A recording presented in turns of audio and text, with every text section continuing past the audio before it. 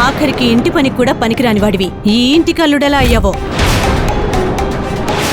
రూపాయి ఆదాయం లేదు కానీ ఇలా అన్ని వేస్ట్ చేస్తూ ఉంటావు. ఆ అమ్మాయి వచ్చే టైం అయింది, కాఫీ రెడీగా పెట్టుకో. అఖిల, నీకిష్టమైన ఫ్రూట్ సలాడ్. బేబీ, మీ ఆయన్నేమన్నంటే నీ కోపం వస్తుంది కానీ ఎందుకు పనికిరాని దద్దమ్మేవాడు. నా మాట విని విడాకులిచ్చేయమ్మా. ఏంటి ఇంట్లో అంట్లు తోముకుంటూ అమ్మకి కాఫీలు అందిస్తూ బ్రతికేద్దాం అనుకుంటున్నావా? నువ్వేం చేస్తావో నాకు తెలీదు. ఈ మంత్ లో జాబ్ రాకపోతే నువ్వు నాకు కనిపించు. నాకు జాబ్ వచ్చింది.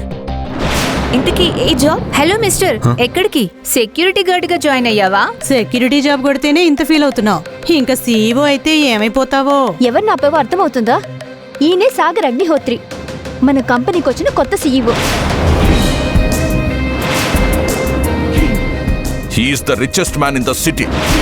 ఇంట్లో అంట్లు తోముకునే సాగర్ ఒక్కసారిగా సీఈఓ ఎలా అయ్యాడు? అసలు సాగర్ బ్యాక్గ్రౌండ్ ఏంటి?